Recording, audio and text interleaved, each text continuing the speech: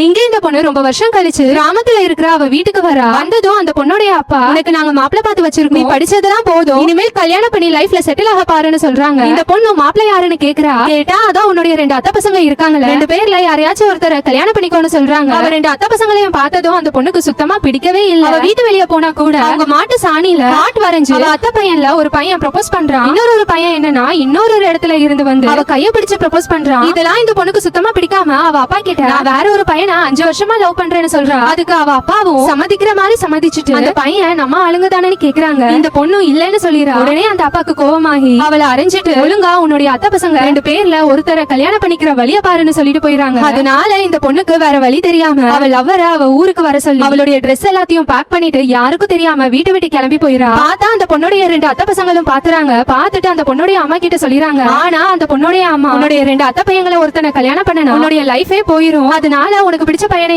கல்யாணம் பண்ணிட்டு லைஃப்ல சந்தோஷமா இருன்னு சொல்லி அந்த பையன் கூடயே அனுப்பி விட்டுறாங்க.